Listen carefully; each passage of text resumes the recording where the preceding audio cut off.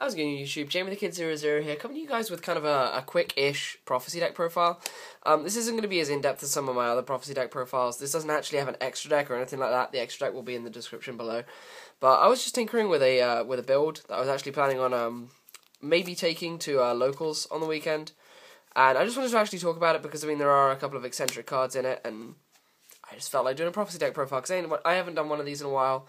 And it'll be good to have this up in the event that I go back to Fire Fist, because I'll at least have a Prophecy video to show you. Because I'm kind of thinking between Prophecy, Fire Fist, and Wind Up. So I should probably show you my Wind Up list as well, eventually. Either way, I'm just going to get into this list and show you what I've been testing, because it's been pretty interesting. So we're playing the Priestess variant, so it's just the 3 Priestess, the boss monster of the deck. Of course, you all know the system behind this deck is protect the Priestess as soon as you get it out.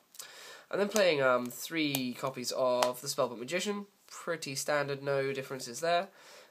2 copies of Justice. I prefer 2 to 1 because ultimately you have no real way to search this outside of Tower, and this is your only way to search Priestess. So to add to the consistency of the system, you want to have 2 of these, just because you can't search the Searcher. So I'd like to think that makes sense. I'm recording this at 1 in the morning, so it's kind of a little bit up in the air. Then I played 2 copies of Temperance. A lot of people like 1 at the moment, but I'm a really big advocate of 2. I really love this card with power, really early game. So, I mean, I often find myself siding 1 out, but 2 in the game 1 is really quite nice for rushing that Priestess out. But I only really like it in a situation where I have access to a Secrets to tutor me into a Wisdom to keep it safe. Then I played 2 Breaker. I don't main deck MST. I prefer Breaker in the deck. It's something I kind of learned as I've been playing the deck, that Breaker was more effective than MST, especially in tandem with Wisdom.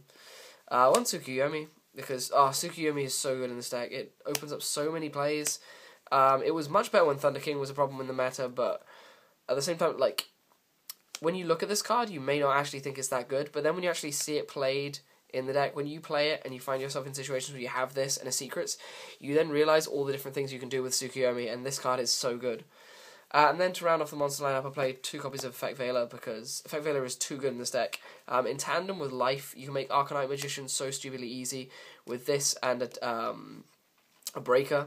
And you can just do so many fun things with this card, and it is a spellcaster ultimately, so it's really good. Also, it is your level 1 target if your tower is destroyed. If your tower dies, you can get this guy out. It can be your shield. Then for the spells, this is kind of where the weird stuff is. Of course, we play the Trinity of Reborn, Dark Storm in Horrible Common, because this is a secondary deck at the moment. Then I'm playing, and this is the weird card, 3 copies of Spellbook Library of the Crescent. Credit to this idea basically goes to Peter Gross, because I saw on Lithium's channel, Lithium2300, he recorded a duel at YCS Toulouse.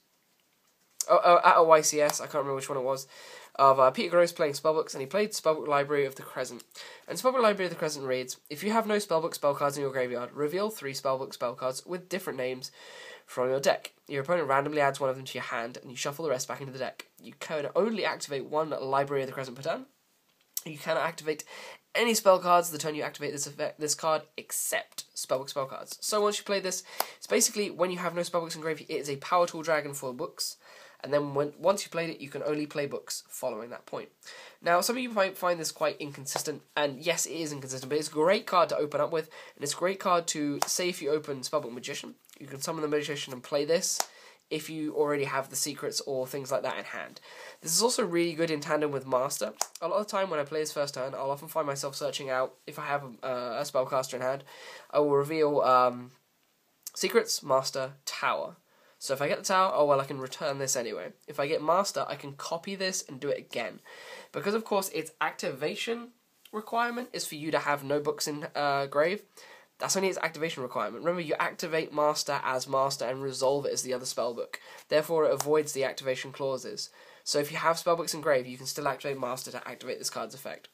And then if you get Secrets, well, you can just do your Secrets plays anyway. So Spellbook Library of the Crescent I've been testing, but just to add a bit more consistency to the deck. Plain and simple. I then played 3 copies of Spellbook of Secrets, the standard Rota, 2 copies of Spellbook of the Master. Again, it's the standard play of Secrets Master Tower or Secrets Master Fate, depending on what situation you are in. 2 copies of Spellbook Tower. I'm liking 2 at the moment. One was a bit iffy. I know I used to be a big advocate of 1, but at the moment people seem to be wising up to how to kill tower, so the second one is proven quite useful. I vastly prefer the second tower to the second Eternity that I was playing before. Then I played 2 copies of Spellbook of Fate because it is the best card in the deck. Looping Fate is so good with tower and things like that, and you can just do so many cool plays with Fate. It's unreal. It's easily the best card in the deck. 2 copies of Spellbook of Wisdom. I felt that 3 was just too coggy. You're only really going to need 1 per turn. You can cycle it with Fate Eternities or with Tower, so it's really not that hard to loop. 2 copies of Spellbook of Power. Again, I was playing this at 3 at one point, and 3 was a bit clumpy, so down to 2. Down to 2 was more consistent, put it that way. I'm playing 1 Spellbook of Life, 1 Spellbook of Eternity, because it's Eternity, and you need it to recycle your stuff. Then I'm playing 1 Wonder Wand. I forgot to change this out for Wonder Wand before I made this profile, so oopsie. But that's the spells. So yeah, remember Wonder Wand.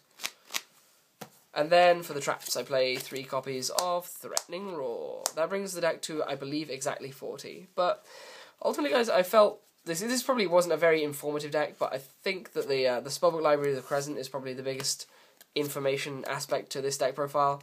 But I hope you guys have enjoyed this. It was just something really short, and I figured I'd really want to show you guys my Prophecy build at the moment.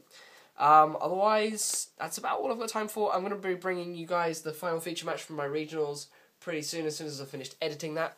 But yeah, otherwise, this is me, Jamie the Kid 00 with a quick Prophecy Spellbook Library of the Crescent deck profile, and I'll see you guys next time. Peace out. Bye.